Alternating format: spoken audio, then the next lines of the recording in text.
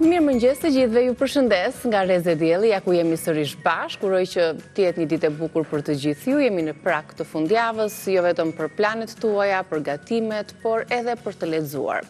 Nëse jeni pasionant për të lexuar, do t'ju sugjerojmë sot një libër që në fakt vjen nga një mjeke, ajo jeton prej 30 vitesh në Itali, është doktoresh Selma Dino, ka sjell një sag letrare në kopshin e shtëpisë, pasdite në kopshin e shtëpisë, duke na sjellë një histori të bukur që në fakt nuk vjen prej një libri, prej një vëllimi, por prej 4 vëllimesh, një tetralogji interesante, ku ngjarjet i zhvendos në luftën e dytë botërore, një histori e bukur, dashurie mes sfidave, luftës, letrave pa përgjigje të 2 personazheve kryesor. Karaktere shumë të fuqishme që u bëjnë për vete, ndaj na ndiqni për të ndjekur jo vetëm historinë, për të dëgjuar vetëm historinë e të shkrimit të doktoresh Selmës, por dhe historinë e saj familjare. Ndarjen papritur nga jeta të bashkëshortit të saj, doktorit onkolog Dori Mihali.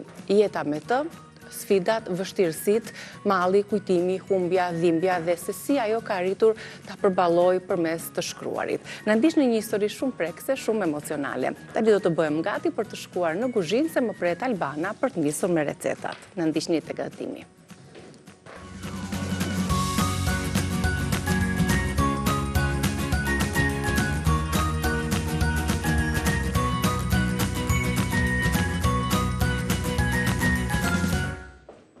Mishë të gjeta në kuzhinë, mirë mëngjesi, e premte sot. Iku java.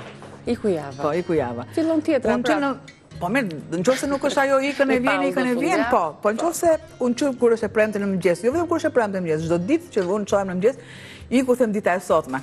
Po goca, o ma prit thot, për mua ikën sepse puna është në mëngjes herët edhe. Mua se si më duken kur ikin ditët. Sikur na ikën koha, sikur s'ke bërë mjaftush. Po kur vish në moshën time. Ti do thuash s'kam thënë, kam dhe shumë fjalë të pathëna, lëre gjëra të pabëra, por dhe fjalë të pathëna. Dhe dashurinë, fjalët, gjithçka thuajeni njerëzve që ju i doni, sepse nesër mbase është vonë dhe nuk mund të thoni kur atë fjalën që ju doni ta thoni nga zemra. Unë do të them një gjë që të kam Xhan Androniki. E vërtet, të kam edhe unë Xhan. Kjo është. Dhe filloj me këtë Xhanin këtu. Xhan, nga komplimentet, nga falenderimet, nga mirënjohjet. Po, për ta vëktuar tash. Nuk janë shumë të vëmendshëm, thjesht i neglizhojnë, nuk e shohin tjetrin në sy. Po kjo është gabim sepse kanë ato komplekset e tyre. Syt shprehin gjithçka. Ashtu është. Dhe syt kur nuk gënjejnë. Dolma kemi. Dolma, fjalët ishin dolma të ëmbla me mjalt, kurse unë këtu kam dolma, se thuan dolma dhe jo japrak, sepse është gjethe danoce. Me lakër. Me lakër e madhe që e kemi vluar një herë, kemi krijuar këto fletë. Në ujë me krip. Unë i shtoj shumë pak vaj. Shumë pak vaj shtoj atje dhe këtu kam lëngun që kam përfituar. Kisha pak mish edhe më duhet ai buljoni i duhur, sikur se shtova dhe lëngun e lakrës, pra është një buljon, pra lëng, mish edhe lakër. Kam lakrën që thash e kam parazier shumë pak, poshtë është akoma dhe me zier, kam mishin dhe orizin që unë i shtoj direkt tani. E mirave është të keni mish viçi, mish deri, mish qingji, mish pule. Do më këto 2 ndërthurje sepse ka super shije. Unë kam vetëm mish viçi këtu. Do të shtoj masën e orizit. Orizit nuk e kam parazier fare. Do të shtoj një mas piperi, dhe masën e kripës. I largoj. Më duhet qep e grill, gjë që unë e kaloj në blender. Edhe qepën të kishit. Qepa më duhet e tillë siç është. Dhe më duhet edhe qep e njom.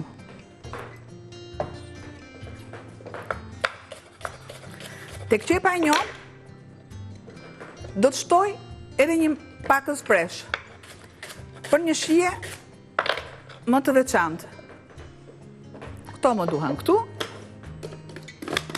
dhe i kaloj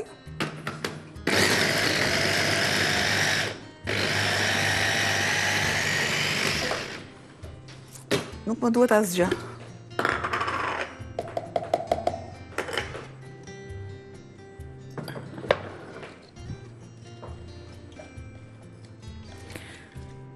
qepa është ajo që i jep shijen e duhur. I largoj.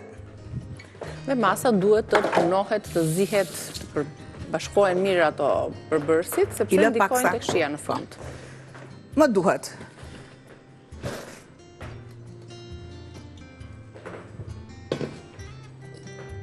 Të nxerja këtu. Që të ketë tjetë edhe qepa.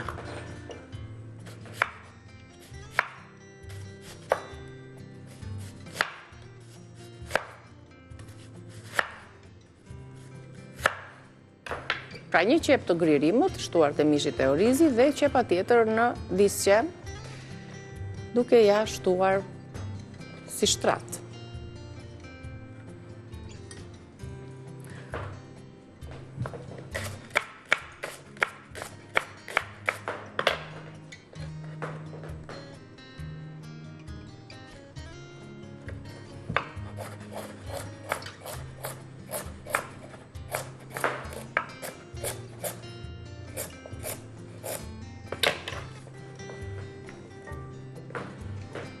Bëj një nivelim të duhur.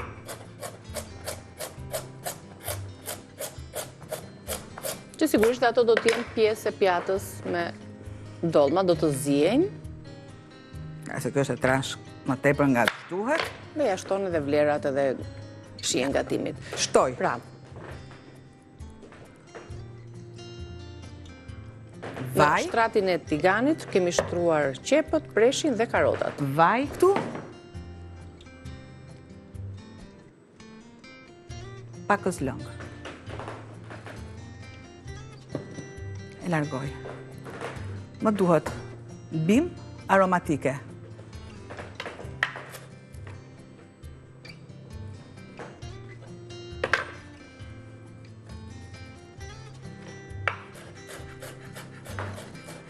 Koperi dhe majdanozi, gjithmonë të dyja Shtoj. shkojnë mirë të kjo recet. Masën. Okej. Razojmë tani. E përziej. Derisa e punoj dhe më mirë, derisa mishi të filloj të marrë atë ngjyrën e bardhë. Nuk e kalon fare në proces termik, as në zjerje, as në asgjë. Thjesht e punoj mirë, jo vezë, se nuk do bëjmë qofte. Derisa masa të jetë kompakte, një e vetme. Ndërkohë vezët që kemi në tryez, i kemi për në fund. I kam 2 të verdhat e vezë, do më duhet për kremin. Patjetër që më duhet mielli, 2 të verda veze, lëngu i mishit që të krijohet një beshamel i lehtë, por thjesht me limon.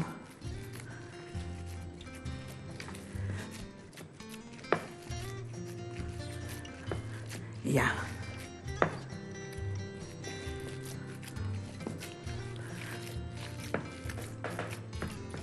Përse shtuam ujin, që të ketë mundësi edhe orizi të krijojë atë lagështirën e vet, sepse nuk do duhet edhe aq kohë sa për zjerjen. Laj duart. Pra deri tani përgatitëm mbushjen e dolmave. Prakisht puna e parë është zjerja e lakrës në pak minuta në ujë të vluar, në mënyrë që fletët e saj të jenë të përkulshme. Të mbështjellin mbushjen që duam të vendosim në të. Kështu që një gjysmë lakër apo një lakër, varet nga madhësia, na duhet për tepsinë e plot, për tiganin apo kur t'i vendosin ju për t'i pjekur.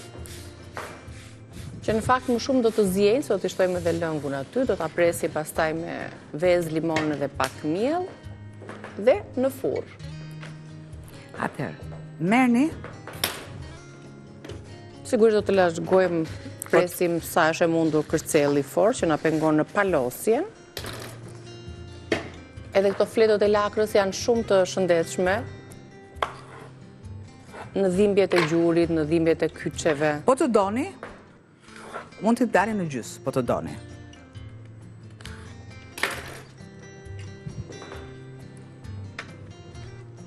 Po kjo është pak e madhe. Është mos e dura që thua për gjurin. Më mirë që t'jetë e madhe.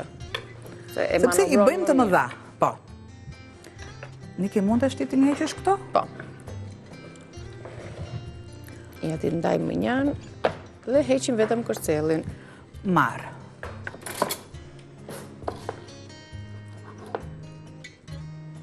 Një masë luge. Vëmë dhe për gjysë të është.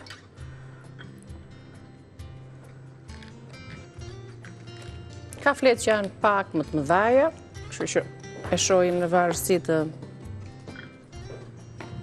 vendit që kemi aty. Mjafton të jenë të ngjeshura mirë me njëra tjetrën.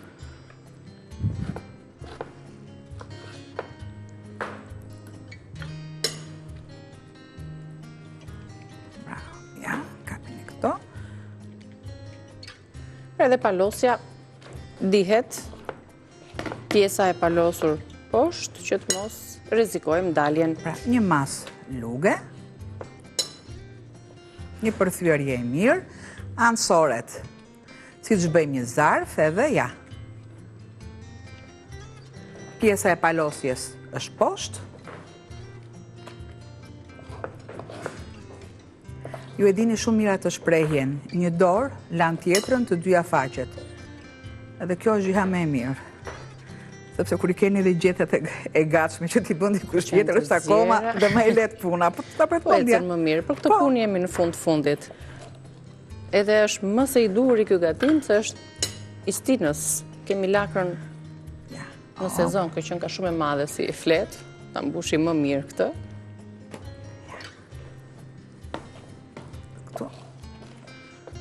Disa zona e quajnë dolma, si? Vetëm dolma?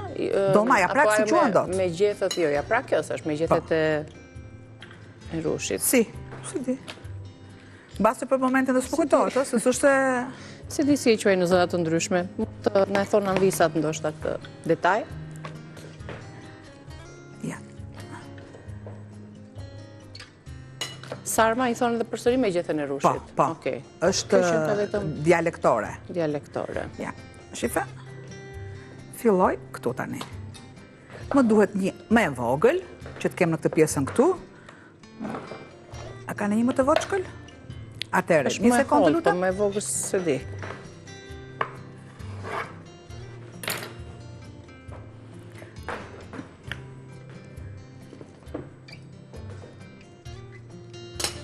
Dhe masa mbushja është ngjeshur mirë, është shumë e rëndësishme kjo pjesë. Më I lënë dhe pak hapësirë në mes që të zjejë orizi nga lagështia e lakrës, por edhe nga lëngjet që do të jenë aty pas pak. Mua sikur më ngriç pak fyti sot. Fyti? Bëj unë një çaj pastaj për virozat. Po, e kam çik të veçantë. Ma bëj pra se ke dëgjuar ndonjë. Ja, sa të shif. Kur të jetë ajo reklama e pjesës dytë aty... Kemi qep të kuqe? Kemi. Kemi? E kam të djegjen e fytit goxha sot. Griprat në përkëmbë janë, kështu që du të kujdesesh me përforcime.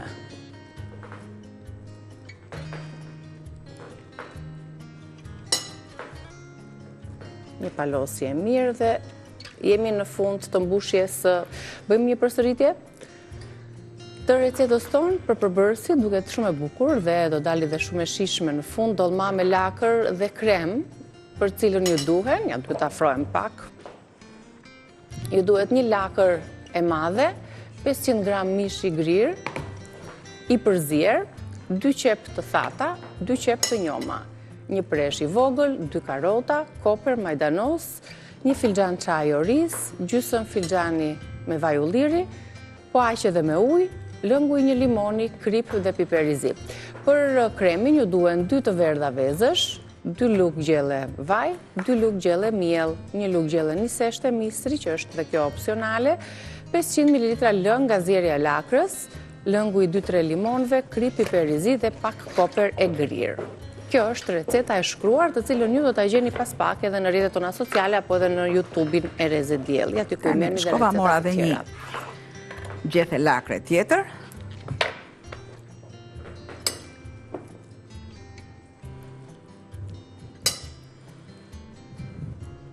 Që të plotësojmë atë puzzle-in ton të tavës, që më pas do të vendosim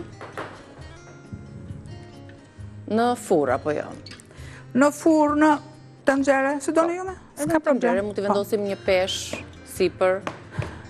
Të marrë një gjethe danoqe, ose në të kundërt. Këto që në na të mbetën. kundërt.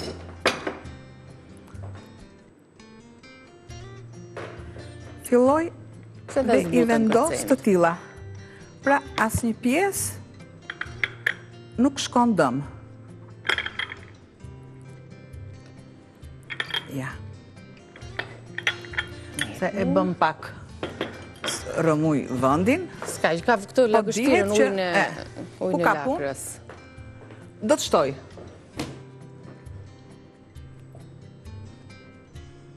Sasi në vaj, duhet pa tjetër që të mbajen të buta. E vë direkt këtu dhe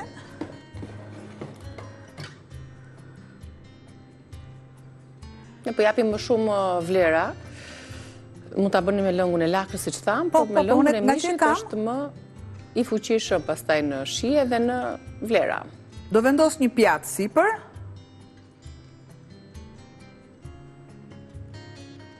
E ndihmon që të qëndrojnë të ngjeshura, të mbahen kokrat mirë, pra të mos dalin dhe mos hapen dollmat, të mbahen fort ngjitur me njëra tjetrën, dhe më pas do ta heqim në përfundim afërsisht. Vendosim dhe pjatën, ndërsa kremin e gatuajmë pas pak. Shkëputemi tani për mesazhin ton promocional, është një mesazh shumë i shkurtër dhe rikthehemi për vazhdimin e recetës. Do bëjmë kremin apo jo? Patjetër.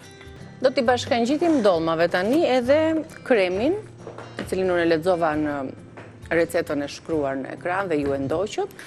Tani pasi vendosëm një enë të rëndë, një pjatë të rëndë për të mbajtur të thithur mirë, e mbështjellim me letër alumin dhe vendosim.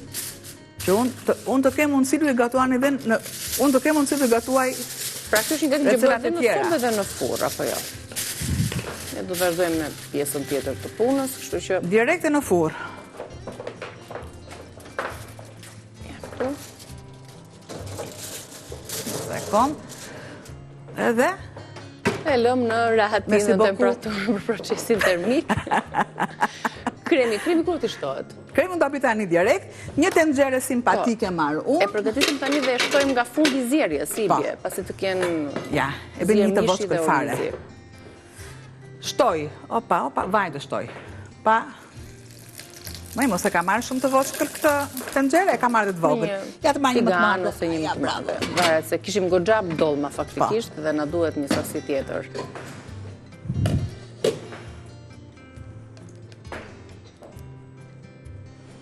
Nga që më pëlqen se janë tenxhere të vogla, duket që janë më fine në praktike. Por, mbajnë për bebe tuaja. Ja që gatimi nuk e do dhe aq të vogël tenxheren, aq me tepër gatuar. Pra ajo është individuale. Shtoj masën e vajit, sa kam edhe masën e miellit. E lë paksa, thjesht të ngrohet. Thjesht të ngrohet.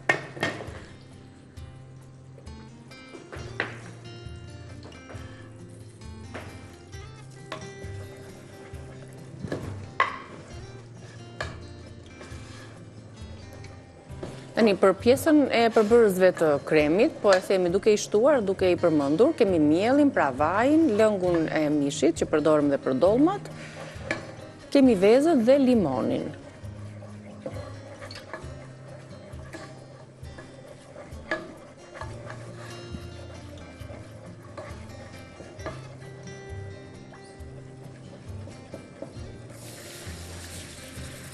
Na duhet i njëjti lëng, e ullë pak në nxehtësin, që përdora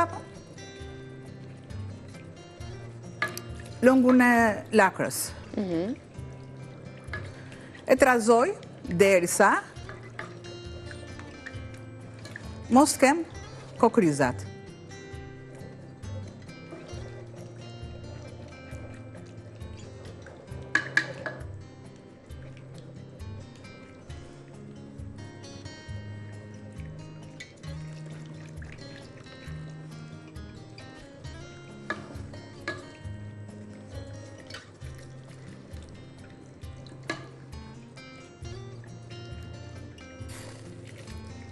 Kur temperaturat janë njësoj, nuk kryohen kokrizeshtë. Ja, Po krizat pra janë kur E shtoj... e para nuk trazohet si që duhet dhe kur njëri prej me një mas përbërësve është i më ftohtë. tepër, a?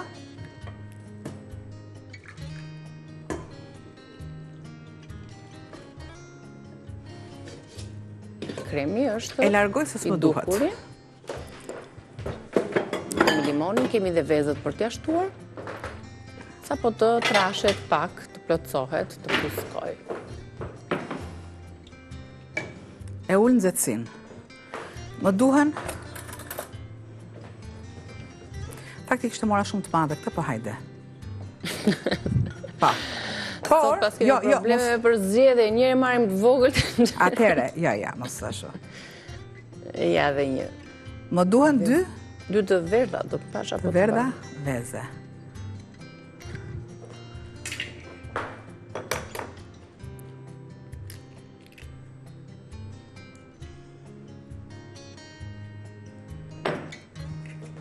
Dy vezët tona Ovital, ja shtojmë tani, 2 të verdat. Tek e verda është ajo substanca e kolinës, që ne e përmendim më pas here.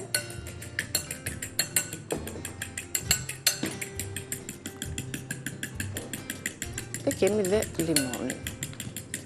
Ta ndihmoj pak për lëngun. Me sa pashte receta, limon do mjaftueshëm lëng limoni, për Pa.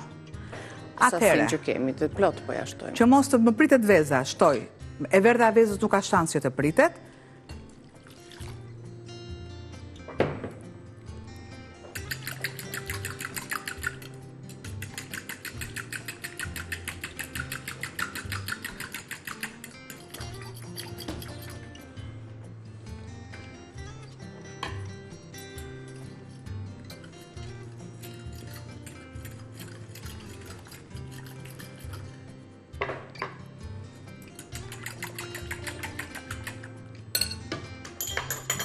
Shtoj.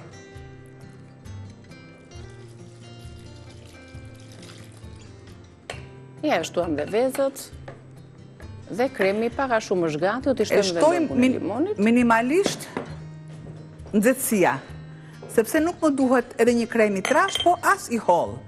Marr Sepse ai do të trashet sa po të shtohet tek tava. lëngun e një limoni. Edhe po të merr dhe një tjetër një kit në frigorifer, se Kishte do nevojë, dy. pra, se Do është dy. goxha sasi. Pra do që ti ndjehet.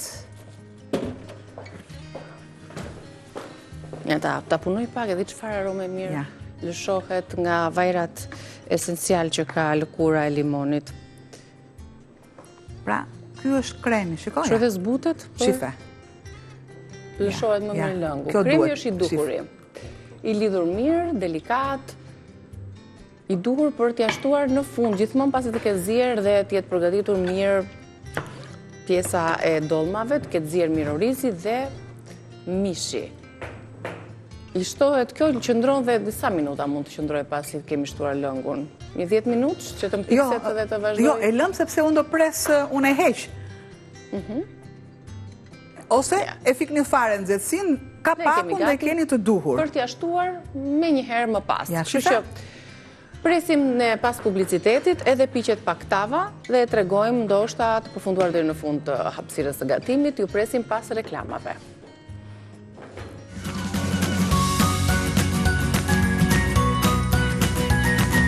Jemi rikthyer në pjesën e fundit të gatimeve tona, të hapësirës së gatimit, për të kaluar më pas në bisedën që kemi zgjedhur të diskutojmë sot. Çfarë është receta përpara se të kalojmë te ajo? Do të kemi një ëmbëlsirë me të çajin.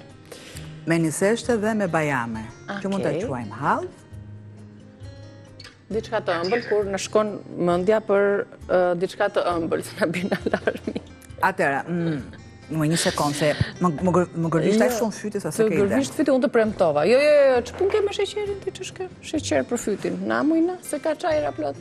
Unë e di që çajin po e bën, po më gërvisht fyti, kam një gërvishtje shumë të... Po duhet ta zbutësh, a gërvishtja është diçka ashpër që të du të duket sikur ke si rër, si zhavor.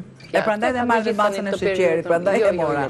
Ti këti mund të regulosh, mund të zbutësh pak me ashpërsinë e sheqerit, po sheqeri nuk të bën aq mirë. Se hë njerë kafja, ndo ashtë qik halvë, qik do një mbësirë tjetër, dhe të shtohet pas të nivelli. Tani kemi vendosur qep të kuqe për të zjerë. Ne, që kur bota u fiksua pas paketimeve, zgjidhjeve të gatshme industriale, të çajrave apo të ushqimeve, që aty filluam pas të këto problemet shëndetësore dhe haruam që shiko zgjidhja e vërtet është tek çajrat e natyrës, sepse trupi ynë i përgjigjet shumë më mirë dhe më pozitivisht inteligjencës biokimike, të atyre gjërave që ne kemi në shtëpi. Siç rasti i çajit me qep, për shembull, mund të duket si e çuditshme, që një çaj me qep, po qepa e kuqe i ka këto veti, se ka vetit veta antivirale, antimikrobiale, shpërbën mukusin që mund të kemi në rrugët tona të frymëmarrjes, rregullon edhe përmirëson atë imunitetin tonë në nivelin qelizor dhe shumë të tjera. Mos i kalojmë tek te shketa, po këto fjalët popullore që ne dimë, që na bën shumë mirë. Nëse kombinojmë për shembull qepën e zier në formë çaji me vajin e ullirit, një vaj ulliri ekstra i virgjë që ka shumë fenole ose polifenole që themi, ne mbajmë gjithmonë një bidon kështu të mirë që se lëm të përgatim, por e lëm se është i mirë dhe na shërben për këto gjendjet virale, dhe po ashtu dhe një mjalt i mirë i papërpunuar, një treshe e tillë, provojeni se sa mirë do të ndjeni në një çaj antiviral dhe shumë të fuqishëm për mikrobet, inflamacionet e trupit dhe për imunitetin. Fillimisht do ta vendosim qepën e kuqe në ujë për të zier 10 minuta. Më pas do ta kullojmë, ne e kemi vendosur gjatë publicitetit, ajo ka zier, e sjellim këtu Albana. Nuk e kam shpikur unë këtë çaj, e kanë sugjeruar ekspertët, profesionistët që lidhen me këtë fush, dhe sigurisht duke patur 3 elementë të fuqishëm anti-inflamator dhe antibakterial, na ndihmojnë pse jo t'i rikthehemi shpeshherë në natyrë dhe të mos mbetemi pre e zgjidhjeve të gatshme. Ja, do ta kullojmë, mbas e marrim një kulles apo po e shtoj kështu lug-lug. Ta provoj një herë mbas e bie. Pra kemi zier qepën e kuqe. Në rregull. Ajtë sa na duhet, derisa ajo të fillojë të zbardhet. Pasi e kemi kulluar, në të do të shtojmë vaj ulliri. Ne këtë e kemi të garantuar se e kemi marrë shumë të mirë. Eksa të virgjë, ja shtojmë vajin e ullirit, 2 lugë gati vaj ulliri. Dhe pasi ti jetë ftohur pak, sepse tani sa e tërhoqëm nga zjerja, pasi të ketë kaluar ajo temperatura e madhe, do të shtojmë edhe mjaltin, sepse dihet që mjaltin nuk e shtojmë çajit në temperaturë të lartë. Do ta shtojmë gjithmonë kur të jetë ftohur pak ujë apo çaji. Do ta lëm pak Albana, unë do t'i shtoj te gota. Dhe ti do ta pish këtë çajin. Unë nuk po them me një çaj do bëjmë mrekulli u largua viroza, por nëse duam çdo ditë të forcojmë nga pak veten, edhe të largojmë inflamacionet që mund të kemi për shkak të virozave apo gjendjeve të ftohtit, mund të drejtohemi direkt tek produktet tona të natyrës. Po e lë kështu siç është. Pra, detyrim me përcaktim. Detyrim me përcaktim. Ti edhe unë, më pas dhe nga një lugë mjalt, nuk do t'ja shtoj që mos e bëj gabimin vetë dhe më pas dhe ju në shtëpi, gjithmonë mjaltin e shtojmë çajit kur ai të jetë në një temperaturë pak mesatare. Edhe kolla është inteligjente. Kjo është efekti placebo. Sa për çajit i të krishtja. Sa na çojnë te doktori, na ikën dhimbjet, te dentisti na pushon komplet dhëmbje, është efekti placebo. Të lumshim duart. Pra një çaj me 3 përbërës, qepë kuqe, vaj ulliri i mirë, edhe mjalt i mirë i papërpunuar që, do thonë ju ku t'i gjejmë në këto, po me të kërkuar pak. Po për smundjen a duan nga çfarë po të nxehet aty, çfarë po të zjen? Jo pa qëllim, e lashe të bëhet, të nxehet. Do bëj një karamelizim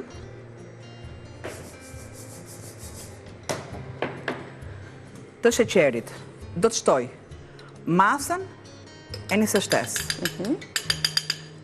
Ja ku e largoj.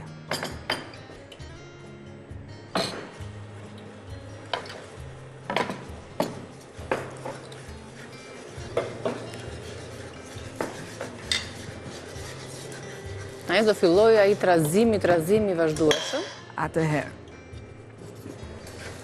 fillom të trazoj Albana që të filloj të karamelizohet edhe sheqeri, ndërkohë së bashku lexojmë çfarë na duhet, se shtuam vetëm sheqerin për hallvën gelatinoze me bajame, na duhet 1 litër ujë, sheqer 600-800 gram, 100 ml vaj lule dielli, një seshtë e misri 200 gram, një majluge krip dhe bajame të pjekura leht 150 gram, që të ndihet pak aroma e tyre gjatë pjekjes. Atëre, largoj edhe këtë pakun, mbas edhe do më duhet edhe më tepër ujë, nuk e di.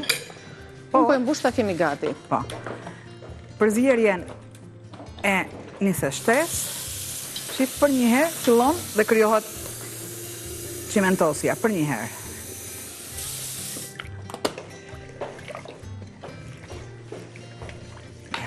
Rofsh. Masat janë tamam, mua më duhet diku te 1 litër, 1 litër ujë, diku 240-250 gram një seshte. Me thënë drejtën të sheqeri kam për pak hile. Kishtuar më shumë? Pa.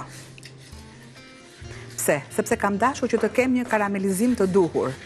Edhe nëse nuk përdorun sot këtë ëmbëlsirën, e përdorin të rinjt. Sheqeri duhet të bëhet kaf, pa të shtohet Po. uji? Si të duam ne.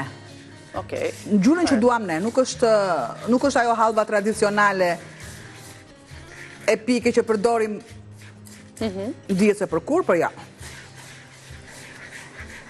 Ndërkohë të jetim një sy pak dolmave, sepse ende s'u kemi shtuar dolmave kremin e kemi mbi tryezë. Janë të mbuluara, kemi vendosur edhe një pjatë të rëndë.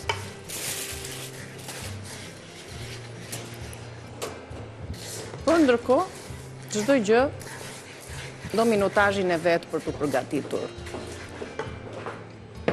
Tani kjo është pak e nxehtë. Është gati për t'ia shtuar kremin apo do ta lëm akoma më shumë? Shife pak, kujdes është e nxehtë, prit se marrun këtu.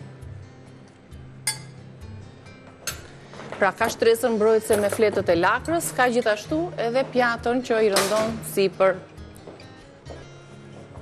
Këto i lash, Si që shihni? mund t'i bëni sallat? Po, salat del shumë e mirë, salat me perime të tjera bashkuar. Ja.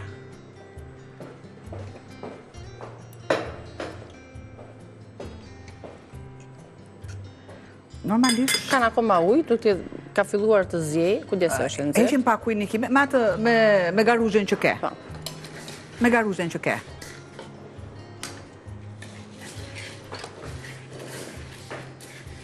Do largoj një pjesë të ujit, gati gjysmën, Po. që të shtojmë pastaj dhe lëngun.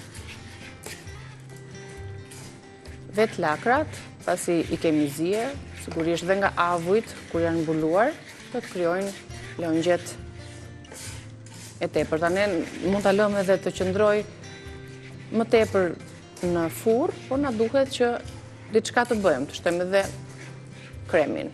Shtoj Ndaj e komplet përshpejtuam. masën e kremit, lër pak krem, që unë të kem mundësi ta bëj akoma dhe më të trash për ta shtuar sipër. Ja, tani.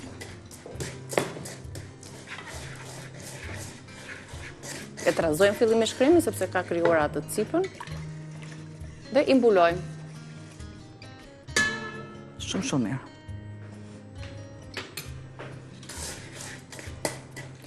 Tani aromat janë të forta, mes lakrës, mishit, erëzave që ka brenda.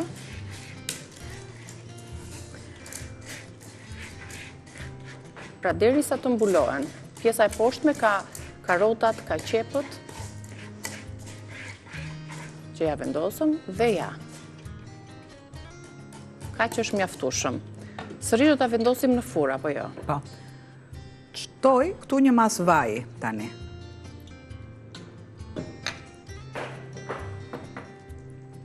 Te një seshtja shtoj një mas kripe.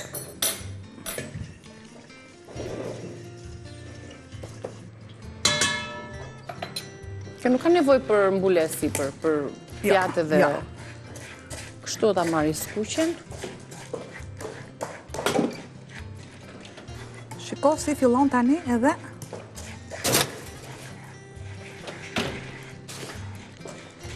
Okej, i vendosëm tani, mbaroj pjesa e domave, ndërkohë këtu çfarë do vazhdojmë tjetër? Pasi të karamelizuar, me që se erdhëm në fund të minutazhit, do t'i shtojmë lëngun? Direkt, ma shto këtë, direkt.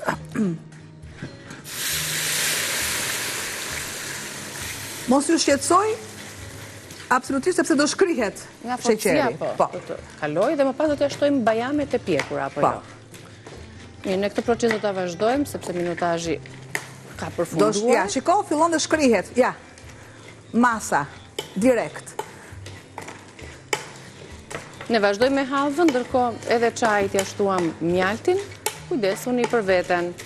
Ja dhe mjalti kështu elastik, do të tretet. Kuptohet kur ai nuk shkrin me njëherë, është një mjalt disi i mirë. Ja, si fillon, merret ngjyra, shikoni? Ja. Derisa të kalojë në masën gelatinoze që ne duam. Do t'jemi në YouTube me recetat tona, ndërsa pas pak do të bëhem gati të zhvillojmë bisedën me doktoresh Selma Dino.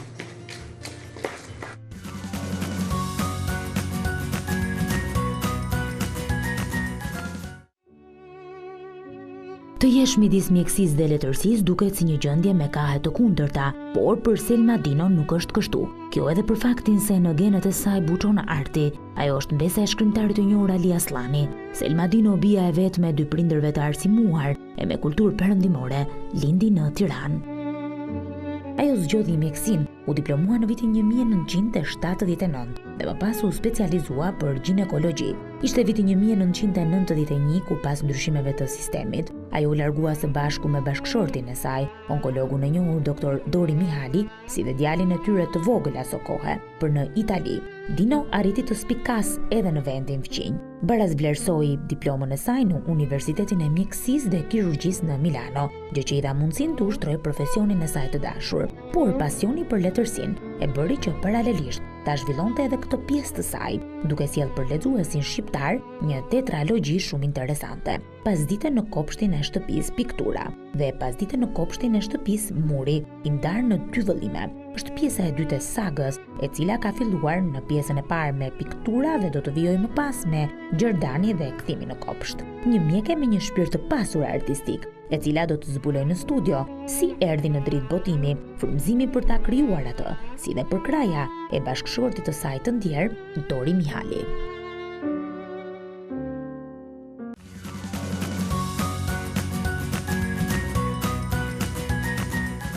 Do qëm një insert prezantues, një klip për të treguar diçka më tepër rreth personazhit dhe librit që do të diskutojmë sot. Pra kemi pak a shumë një kopësht letrar me doktoresh Selma Dino.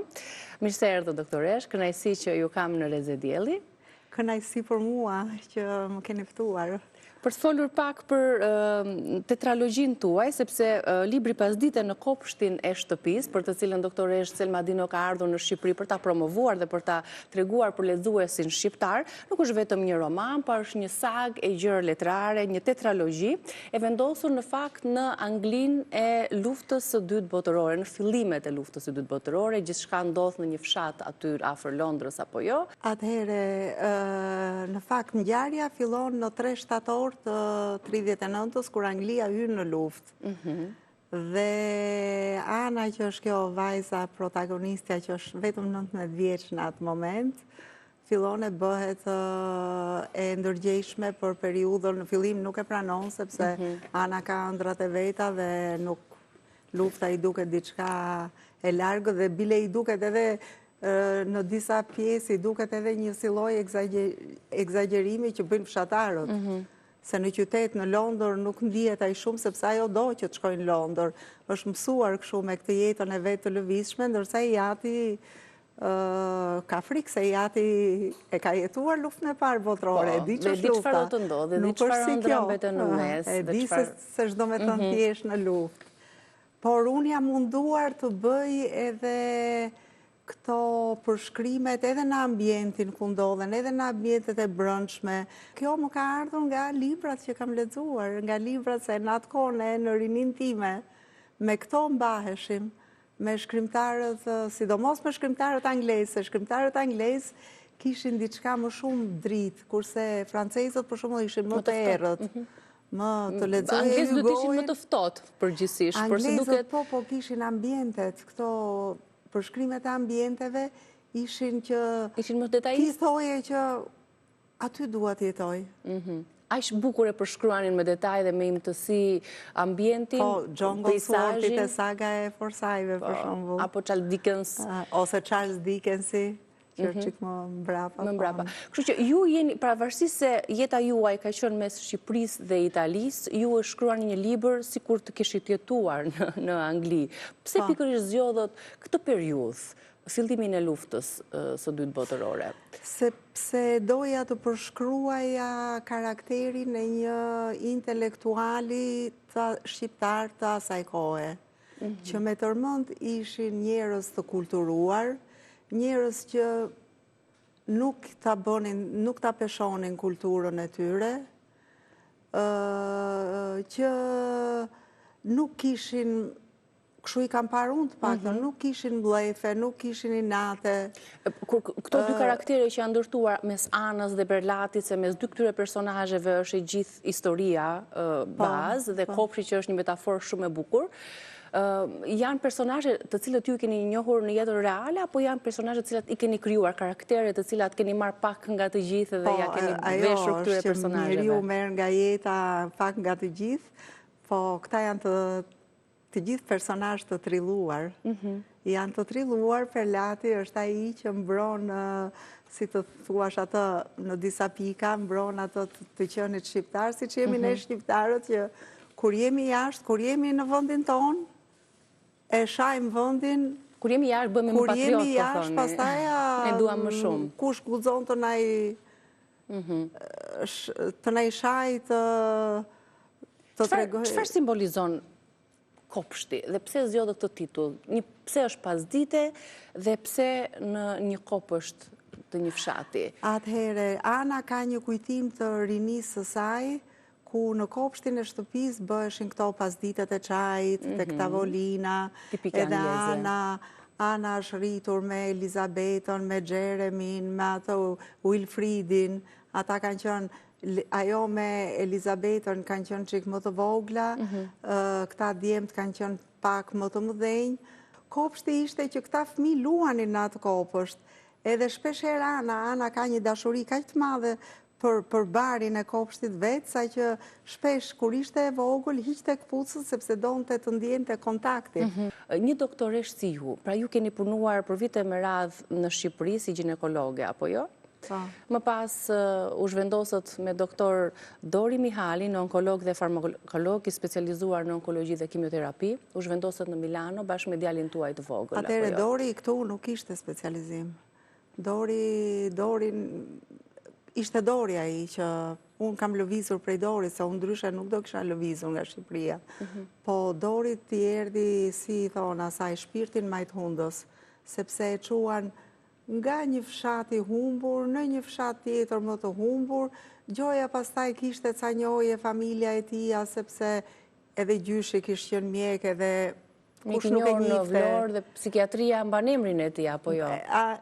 Tamam. Kështu që gjithë edhe ata që ishin qeveri, duke filluar që nga figurat të mëdha, nuk kishte pasur o ai vet, apo vlezëra motra kishin kaluar në dorë të gjyshit Dorit. Kështu që Dori vajti një ditë në ministri dhe i kërkoi personit që ishte një ndër këto figurat e atëhershme, dhe ajo sikur po e sillte në Tiranë, po ku e çoi? Mbrapa Dajtit. Aty pastaj i thash Dori, dëgjoj, e mirë në Burizani, thash, se mbrapa Dajtit unë kisha shkuar me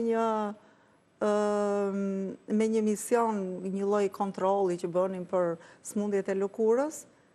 Mbrapa Dajtit ishte sikur t'ishe jo pranë Tiranës, po ta kishe Tiranën vite dritë larg. Kjo detyroi pikërisht dhe Dori aty kur filluan këto lëvizjet më tha mua, shiko, tha, unë do ikej. Në 91-shin, në 91-shin, dhe atje pastaj duke sigurisht që do punonim se do hanim. Kishim dhe një fëmijë.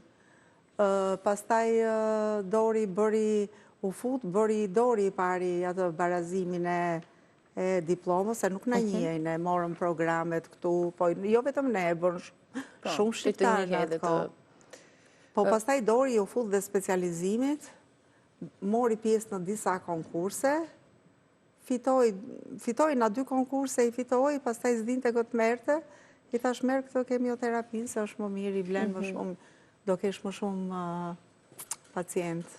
Ndërkohë ju vazhduat punën si ginekologe apo? Jo, unë vazhdova punën si mjeke e përgjithshme dhe pastaj duke punuar më tepër me pleqës, kam këtë si punë certifikate, si të thuash, të gjeriatrisë. Si kanë qenë ato vitet e para për ju? Shumë e vështirë, shumë të vështira kanë qenë. Ne kemi filluar të jetojmë bas 15 vjetë, filluam që shiko se ka edhe, mund të shkojmë të shikojmë edhe një qytet jashtë, mund të bëjmë edhe një udhëtim, por neve nuk ekzistonin këto gjëra. Po, kemi vuajtur. Në momentin që ju arritët gjithçka, pra të kishit punën, të kishit të ardhura, të rritnit djalin tuaj të vetëm apo jo, ndodhi ajo që nuk e prisnit, sëmundja e doktor Dorit. Si erdhi kjo sëmundje që e mori kaq shpejt? Ishte si duket forma e sëmundjes, që ishte forma dhe pastaj, unë them edhe ai një çik ishte nga natyra pesimist, kurse isha unë ajo pjesa që e mbaja. Kur thoni pesimist, ishte për shkak të profesionit duke kaluar shumë pacient në sëmundje? Edhe punonte me këto sëmundje dhe e dinte, dhe kur u operua, pastaj tha, të shikojmë, tha, sa do zgjasi kjo periudhë paqeje. Ta hoqën sëmundjen, i thashun, ta hoqën, nuk e ke më. Do bësh kemioterapi, që ta frenosh, që në qoftë se ka shpëtuar në një qeliz, edhe mbaron kjo punë. Po ai e dinte si duket, e dinte më mirë se unë, që sigurisht e dinte më mirë se unë, por që faktikisht doli si që mendoj ai dhe jo si që mendoj unë. Të ka ikur një mbështetje madhe, sepse doktor Dori ishte ai që të shtynte edhe për të shkruar, apo jo?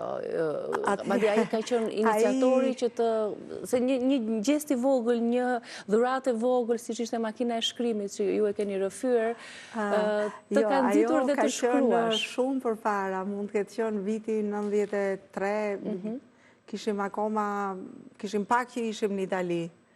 Edhe kishim blerë këto kasetat e Agatha Christit. Ati se kush i kishte dhuruar këtë makinën e shkrimit, dhe mua më pëlqente ajo makina e shkrimit. Më lë një bilet në mëngjes dhe thotë, këtë po ja lë shkrimtares. Agatha Christi. Kot fare, se unë as 2 fjalë s'kisha hedhur në letër.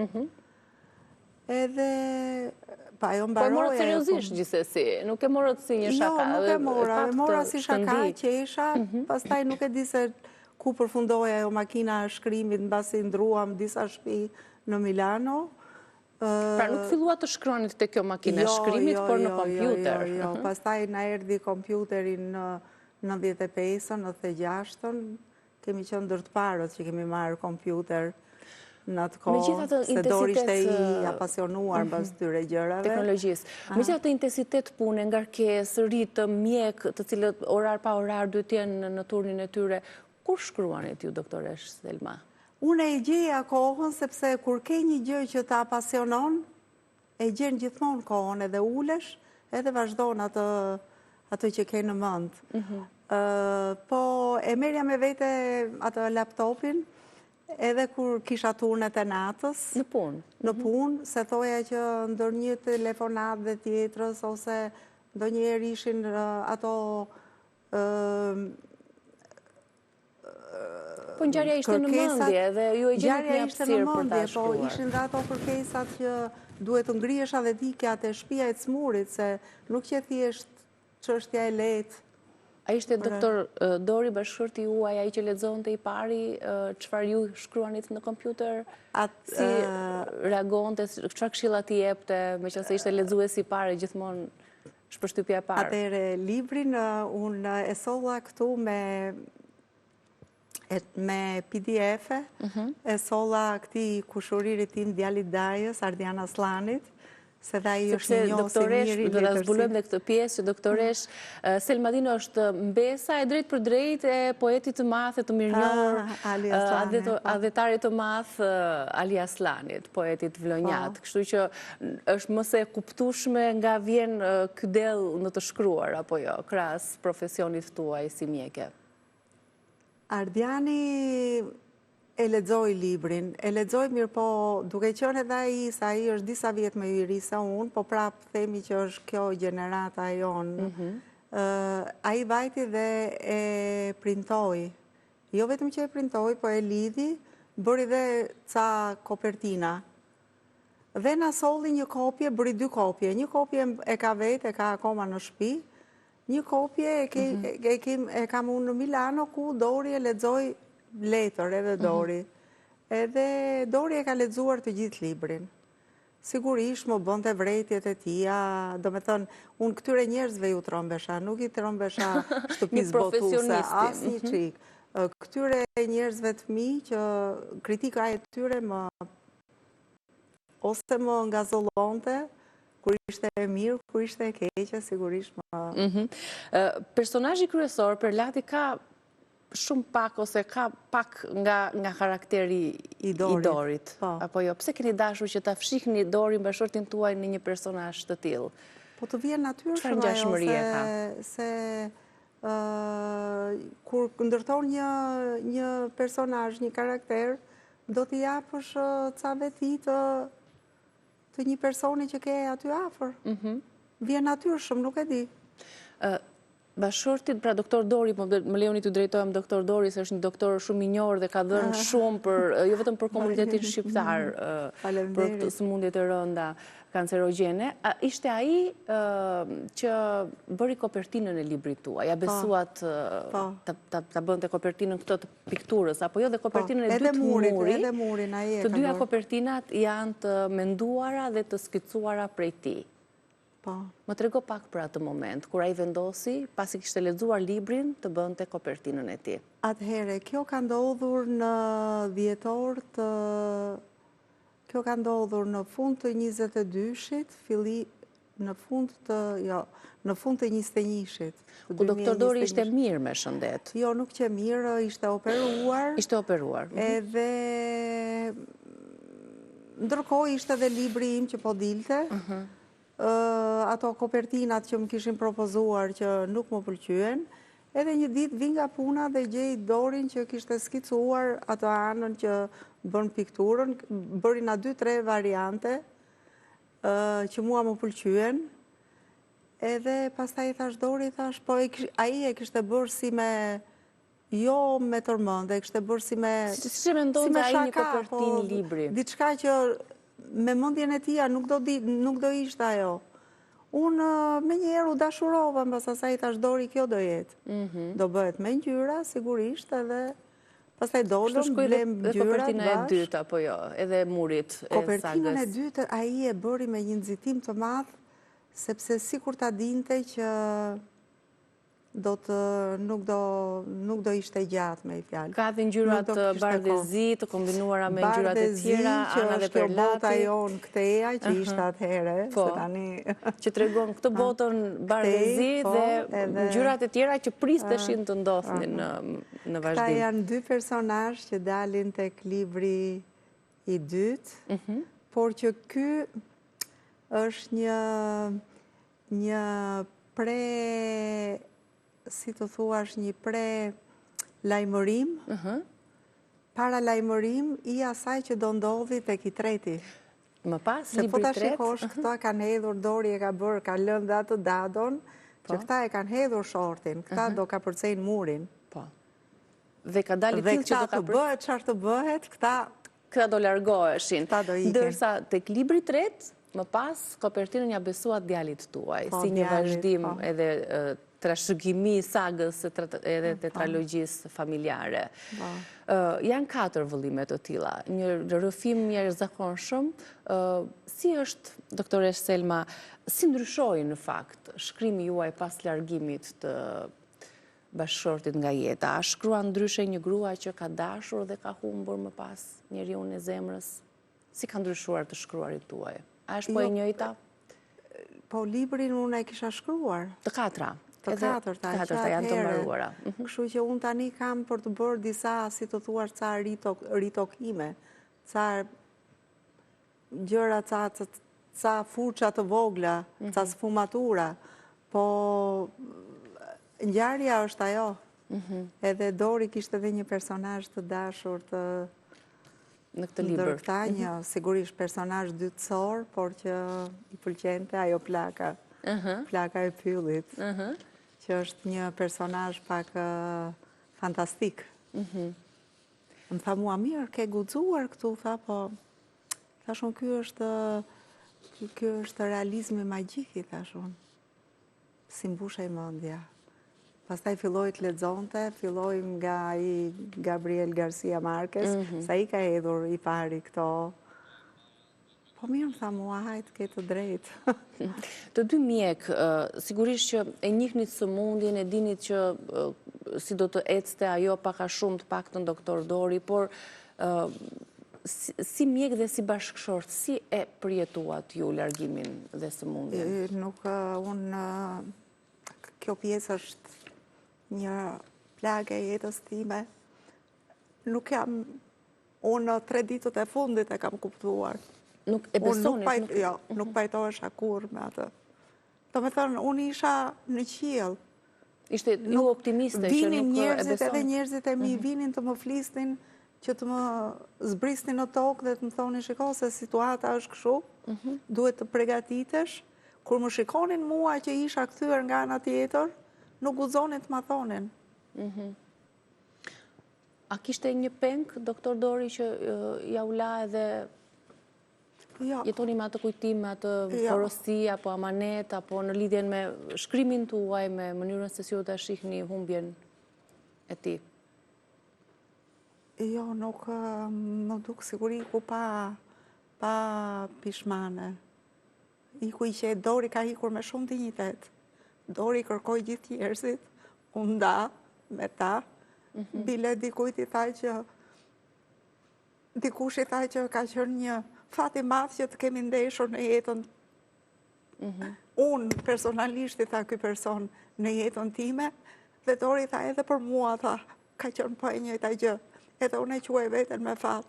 Do me thënë Dori unë nda me njerëzit, sikur si do ndajemi ne pas pak që do themi miru pafshim. Për të riparë, për të ritakuar. Ndërkohë, është vendosur dhe një plak në nder të tij, apo jo, tek spitali ku ai ka punuar. Kemi një foto me djalin tuaj, ku keni vendosur dhe keni parë plakën. Është ajo dita kur u vendosu, bëm një ceremoni, erdhën dhe ca njerëz nga familja. Po. Ju keni folur dhe keni treguar se pavarësisht largimit të tij, shpirti i doktor Dorit është ende në shtëpinë tuaj, ju jetoni me të.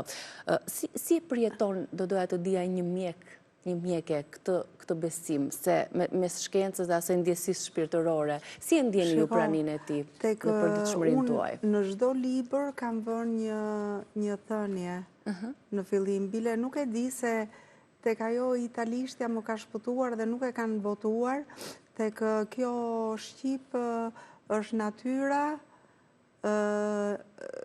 tek piktura, kam vënë një thënien time, që është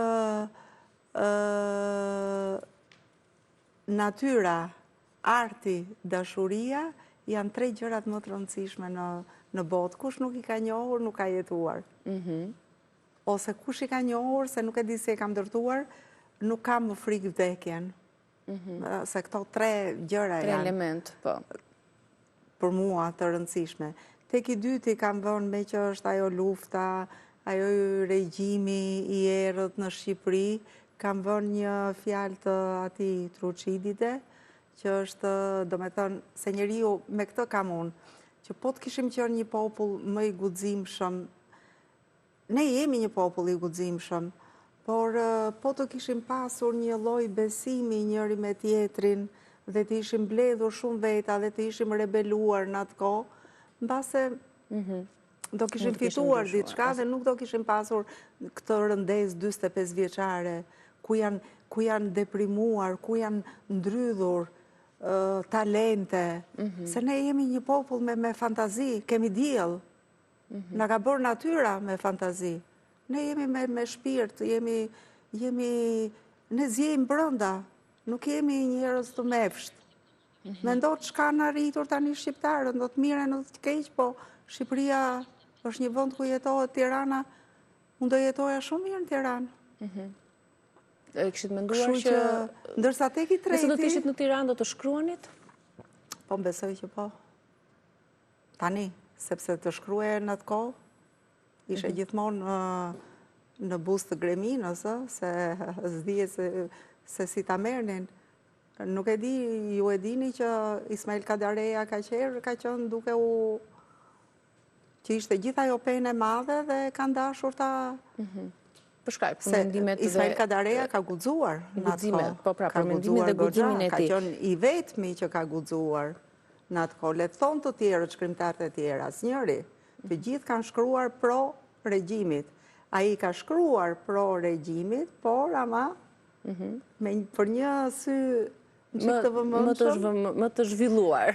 Dhe desha të thoja këtë, sepse ta bëra këtë për te libri i tretë kam shkruar që ajo surrealja është me atë atmosferën e vetë tepër reale na rrethon, ose surrealja është ajo pjesë e jetës që nuk e kemi akoma zbuluar.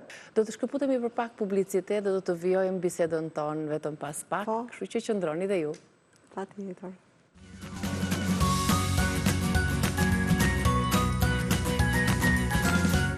Vjem të flasim me doktore Selmën për pasionin e saj për të shkruarit. Pas tetralogjisë, do doja të dija, do të vazhdoj doktore Selma me romane të tjerë, apo je në proces të shkrimit të diçka e tjetër? Jo, nuk jam në proces, e kam menduar të shkruaj diçka, sigurisht një gjë më pak impenjative, po do doja të prekja këtë temën e kësaj burokracisë së madhe të sëmurë që po mbyt njerëzit, që po mbyt punën, po mbyt punën e mirëfillt. Për shembull, unë kur them këtë flas për punën e mjekut. Puna e mjekut është me të smurin, nuk është me dosjen e të smurit. Kurse neve jemi të mbytur që duhet shkruash këtë, se kur vjen kontrolli, shikon këtë. Kontrolli jo, unë nuk mund të punoj për kontrollin. Pra është kjo burokracia që ekziston në çdo fushë, kam përshtypjen, jo vetëm në mjekësi, për të dhënë të gjitha... Tash në Itali, për shembull, edhe kur përplasemi me zyrat e ndryshme për gjëra të ndryshme, sigurisht që kjo është burokracia në Itali, bile është e famshme, se flasin gjithë. E qartë. Tani që mbarua tetralogjinë, si është dita juaj? Tregoni pak. Jo, dita ime është që unë tani po përkthej edhe... Vazhdoni të përktheni edhe... Po përkthej Gjerdanin, që është libri i tretë, që besoj në mars, në prill ta nxjerr, që brenda këtij viti, 26-s, të nxjerr edhe kthimin në Kopësht. Pra në fund jemi me kthimin në Kopësht, është një kthim edhe kjo metaforë, një kthim simbolik. Është një kthim simbolik edhe ky, sepse nuk është tamam... është në një farë mënyre ana kthehet. A besoni se njeriu pas gjithë dhimbjeve kthehet gjithmonë tek një vend i brendshëm ku ka qenë i lumtur? Çfarë doni të thoni me kthimin në Kopësht? Tetralogjia mbyllet me kthimin. Fillon me kthimin dhe përfundon me kthimin. Fillon me Kopshin dhe përfundon me kthimin në Kopësht. Po tashi aty është një gjë që mbase nuk dua që ti trondis. Do me thënë, se lexuesi mbase pret më mirë, po nuk është që kthehet ana. Aty është një vajzë e re, që është mbesa e anës. A shumë kanë zhvilluar ngjarjet për të? Po, mbesa e anës që kanë mbaruar mjekësi, dhe që e gjenë këto vitet 90, sa po kanë mbaruar, ka të fejuarin e vetë, që si gjithë shqiptarët zgjodhën të shkojnë në Itali. Por ajo i punon mendja që të shkojë tek vendi i gjyshes.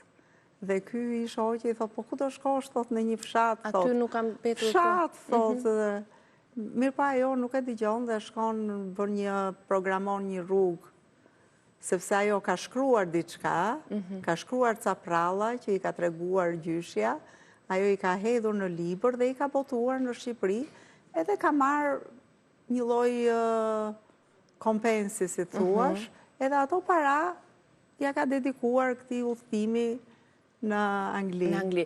E çuditshme, po unë po e them, e çuditshme është po fakti që kemi disa foto, regjian mund ndihmoni me fotot në atë fshatin anglez, në natyrë, sepse ka qenë e rastësishme, tepër e rastësishme, vizita që ju keni bërë në këtë fshat.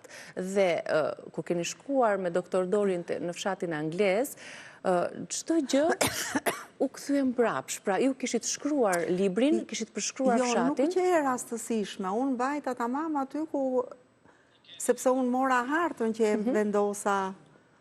vendosa e ambientova këtu. Por nuk isha shkuar fizikisht. Kur ne shkuam, libri kishte filluar. Edhe morëm një lloj hoteli këtu afër këtij fshatit. Edhe aty morëm vesh, domethënë që detajet që ju pat, ose ambienti, natyra... detajet dhe disa gjëra aty ishin, unë e dija që ishte lumi, disa gjëra mu përshtatën me ato që kisha shkruar, po dhe sikur mos ishin përshtatur. Njeriu shkon me fantazi, nuk është që... Me atë që ju thatë, nga leximi, nga letësia angleze, në librin e dytë kam përshkruar bulevardin, që nuk është tamam, por është si që kisha unë në kujtimet e mia të fëmijërisë, me ato gjethet e rëna. Se në libër nuk është se i përshtatesh realitetit. Shkrimtari e ka këtë liri, domethënë që del nga... Këtu është e bukur, a që ai mund të shkruaj sipas përfytyrimit dhe lirisë të tij. Çfarë do të dëshironi ti të merrte lexuesi me vete, pasi të kishte lexuar tetralogjin, që duhet thënë është një botim shumë i mirë dhe shumë dinamik në të shkruar, në ritëm, në personazh, në gjuhë, duket sikur kur e lexon, duket sikur është ajo shqipja ose komunikimi popullor i viteve po mbase sepse unë... 60 ndoshta. Po, se mbase unë kam vetur me atë gjuhë, por edhe me qëllim e kam përdorur, sepse më pëlqen shumë ajo gjuha e popullit e cila sikur të mbështjell, ndërsa gjuha e sotshme është pak e vrazhd, është pak me cepa. E huazuar ndrhyr. Që ajo që tani në Shqipëri thuhen përshëndetje. Unë them më mirë dita.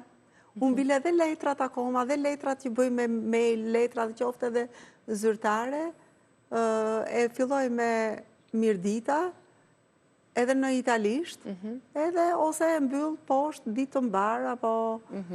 Me shqipen tonë të bukur, të pastër dhe të... Sepse shqipja është një gjuhë shumë e bukur, sa që unë, duke shkruar këtë libër, kam menduar që një miku tim italian më vjen keq që nuk mund t'ja them dot, shiko sa e bukur është kjo fraza jonë në Shqip, sepse ai nuk e kupton dot. Qartë. Fjala kuvend, për shembull. Fjala kuvend, se e kam përshkruar diku, është e libri i tretë ai. Kuvendi që bëhesh kuvendi, si kuvend, është diçka, domethënë, që të kujton dhe e kam lidhur këtë në përfytyrimet e fëmijëve, është diçka që fleqt rreth vatrës, duke pjekur gështenja, japin ato këshillat ku vendojnë sa bukur do ishte, sikur kjo fjalë të kishte vërtet këtë kuptim në ditët e sotme, po me atë që është për ajo fjalë e bukur, them unë, dhe e kam shkruar dhe italisht, kuvend, që është aq shqiptare, një fjalë shumë elegante, që ka brenda qetësi, që ka brenda këshill. Këtë qetësi brenda dhe ky kuvendi që ne njohim sot, doktore Selma, do ishte shumë i bukur, po është komplet tjetër ndryshe. Unë ju falenderoj për bisedën dhe për praninë tuaj në Reze Dielli, shumë suksese. Faleminderit. Qëndroni e fortë edhe të shkruani akoma më tepër, edhe tetralogji të tjera dhe romane të tjera, se vërtet shkruani shumë bukur. Faleminderit që e përcollët në Rezen tonë. Faleminderit juve që më ftuat. Gjithë të mirat, faleminderit publikut që na ka ndjekur. Kudo mund ta blejnë librin në çdo librari është tashmë? Këtë nuk e di, po te libraria Babel gjendet e gjithë saga, pra të katra vëllimet. Piramidës.